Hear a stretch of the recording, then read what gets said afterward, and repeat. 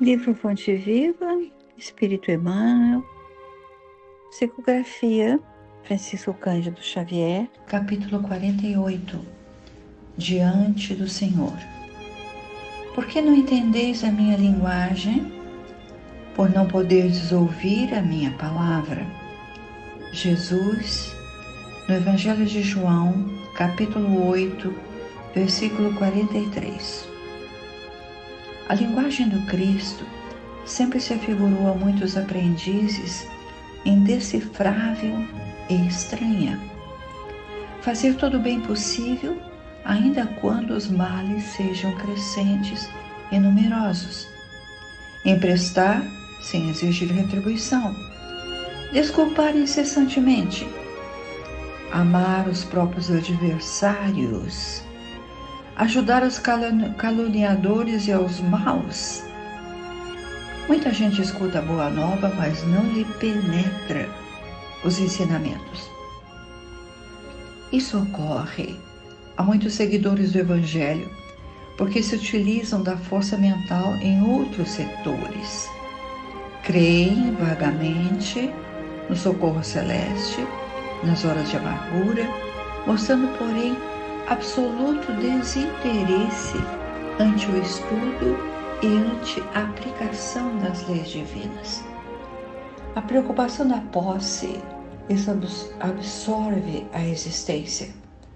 Reclamam o ouro do solo, o pão do celeiro, o linho usável, o equilíbrio da carne, o prazer dos sentidos e a consideração social, com tamanha volúpia que não se recordam da posição de simples usufrutuários do mundo em que se encontram e nunca refletem na transitoriedade de todos os patrimônios materiais, cuja função única é de lhes proporcionar adequado clima ao trabalho na caridade e na luz, para engrandecimento do Espírito Eterno. Registram os chamados do Cristo, todavia, algemam furiosamente a atenção aos apelos da vida primária. Percebem, mas não movem. Informam-se, mas não entendem. Nesse campo de contradições, temos sempre respeitáveis personalidades humanas e, por vezes, admiráveis amigos. Conservam no coração enormes potenciais de bondade.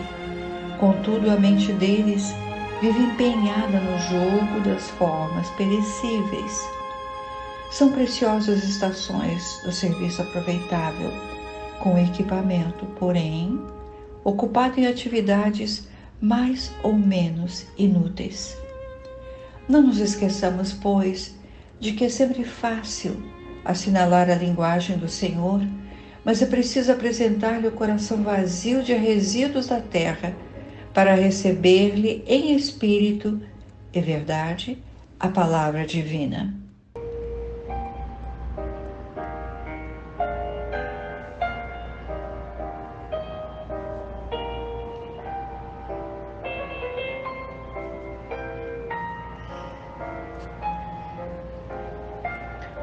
Acompanhamos o piano que lembra de Chopin. E vamos pensando que a cada tempo nós conseguimos entender um pouco mais a grandeza do Espírito que encarnou na terra, suavizando os corações e deixando sementes valiosas que tão lentamente iriam desabrochar pelos séculos que se seguissem e que continuam a desabrochar, porque a terra do coração dos homens, a nossa terra, ainda não é própria para o cultivo. Mas, humildemente,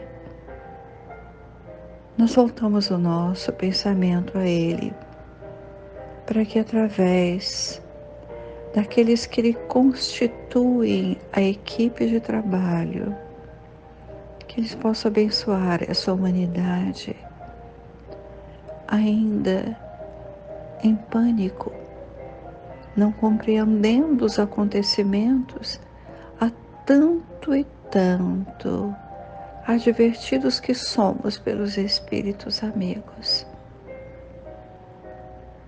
Que nós possamos, Senhor, seguir as leis do nosso Pai, sábias, imutáveis, e que nós possamos compreender um pouco melhor a sequência das nossas existências com a lei do progresso, e que nós possamos, Senhor, entender cada vez melhor a escolha que cada um de nós tem para escolher o seu caminho. Que o nosso estudo seja assim, inundado de luz e de sensibilidade, para que formemos um grupo só, que ora, que irradia vibrações de saúde, de confiança e de fé a todos os irmãos que estão em nossa mente e que estão ao nosso redor. Que Deus, em sua infinita bondade, nos abençoe. Que os nossos protetores estejam conosco. E que assim seja, dando graças ao Mestre Senhor Jesus.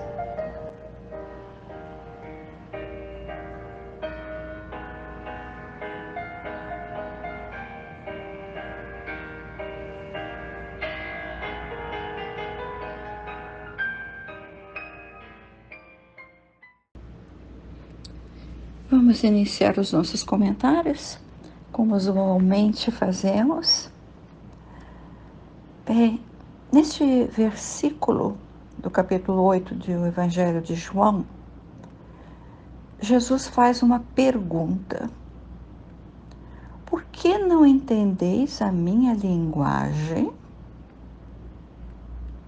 E logo no versículo ele mesmo responde: por não poderdes ouvir a minha palavra. Então pensamos, onde estava Jesus ao falar e perguntar e responder? Ele estava no pátio do templo em Jerusalém, antes de ser preso. E ainda outra pergunta: a quem Jesus se dirigia? Ao povo que estava no pátio, e especialmente aos fariseus. Essa pergunta foi fácil de nós respondermos. Mas ainda pensei, como entender a tradução dessa expressão, a minha linguagem? Porque não entendeis a minha linguagem? O Haroldo Dutra Dias pesquisa as traduções em grego e hebraico, como nós sabemos, mas em Pastorino, Torres Pastorino, ficou mais claro, penso. Por que não podeis ouvir o meu ensino? Assim ele traduz, e não linguagem. Como desdobrando, não podeis perceber o meu ensino. Bem, sequer pode compreender a linguagem de Jesus, que foi alegórica, simbólica, para poder ajudar, ou, como diz Pastorino, uma palavra mística, uma linguagem mística, porque continha ensinamentos espirituais profundos. E escreve ainda Pastorino uma explicação admirável. O ensino crístico não consegue atravessar a carapaça do conhecimento egoístico do intelecto para penetrar no coração dos ouvintes. ouvinte de todos os tempos, nós podemos dizer. E por que essa expressão toda? Conhecimento egoístico do intelecto. Tem alguma coisa a ver com a descrição de João? Sim. Porque os fariseus, naquele momento no pátio do templo, eles contradizem Jesus enquanto ele fala e diz: Acaso és maior que o nosso pai Abraão? Maior que os nossos profetas? Quem pretende ser? E a resposta de Jesus, segundo João, foi assim: Sei que sois descendentes de Abraão, mas procurais matar-me, porque meu ensino não penetra em vós. De alguma maneira, na descrição de João, Jesus consegue decodificar algumas palavras ditas, porque meu ensino não penetra em vós. Outro trecho da tradução que nos traz o que pensar. Quando Jesus responde, diz: ouvir a minha palavra. Ou podemos dizer, ou outras traduções dizem, ou guardar, não podeis guardar a minha palavra. Mas essas expressões nos trazem assim uma falta de sentido, um sentido mais direto, mais específico. O que quer dizer ouvir a minha palavra? E é tão comum que nós ouçamos simplesmente a palavra de Jesus. Mas penso que nós já entendemos que esse ouvir a minha palavra, o guardar a minha palavra, tem o significado de praticar a palavra ou praticar os ensinamentos. E finalizando esse breve comentário, quando depois que aqueles homens que se diziam intérpretes dos profetas, que se diziam seguidores de Moisés, o ameaçavam por se comparar ao pai Abraão, há neste capítulo outra frase que poderia nos parecer solta se não conhecêssemos o contexto em que está o versículo 58. Quando Jesus diz, respondendo a eles, a quem pretende ser, ele diz: em verdade vos digo, antes de Abraão ter nascido, eu sou. Os homens, então, que não entendem, pegaram pedras no chão do pátio para atirar sobre ele. É fácil querer eliminar quando não compreendemos o outro. Mas Jesus sai do templo. Sai porque não chegará ainda a sua hora, que chegaria muito breve. Vamos agora ao texto do capítulo 48, diante do Senhor.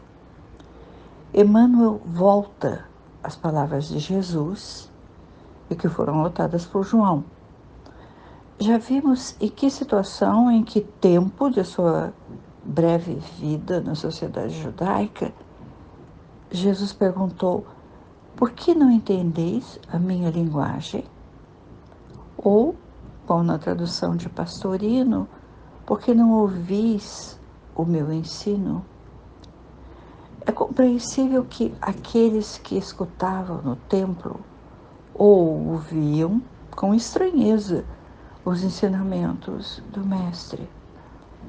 Emmanuel coloca na epígrafe a pergunta anotada no primeiro século. E agora, no século XX, porque foi quando foi psicografada essa mensagem em fonte viva. Então, agora, no século XX, fala-nos sobre ela, sobre a epígrafe. Emmanuel diz: fazer o bem, ainda que os males sejam crescentes e numerosos. Emprestar sem exigir retribuição. Amar os próprios adversários. Ajudar aos caluniadores e aos maus. Ainda agora, sabendo que essas são normas para o crescimento espiritual, elas nos soam como impraticáveis. Emmanuel escreve que escutamos a boa nova, mas não lhe penetramos os ensinamentos. Não elaboramos os ensinamentos. Lemos superficialmente, sem alcançar a elevação do pensamento. Seria como ingerir os alimentos sem digeri-los? E será incapacidade mental nossa? Mas Emmanuel nos leva a outro pensamento. Porque se utilizam da força mental em outros setores. As questões materiais estão mais perto de nós. São motivos imediatistas. A posse dos bens materiais absorve a existência humana ainda. Ainda porque já conhecemos a doutrina espírita, que nos esclarece a linguagem, nos auxilia a ouvir os ensinos do Cristo. A profundidade é a mesma dos tempos da Galileia, de Jerusalém. Nós aqui continuamos desinteressados pelo estudo sério e contínuo e não entendemos, ou entendendo, não praticamos a linguagem do Senhor.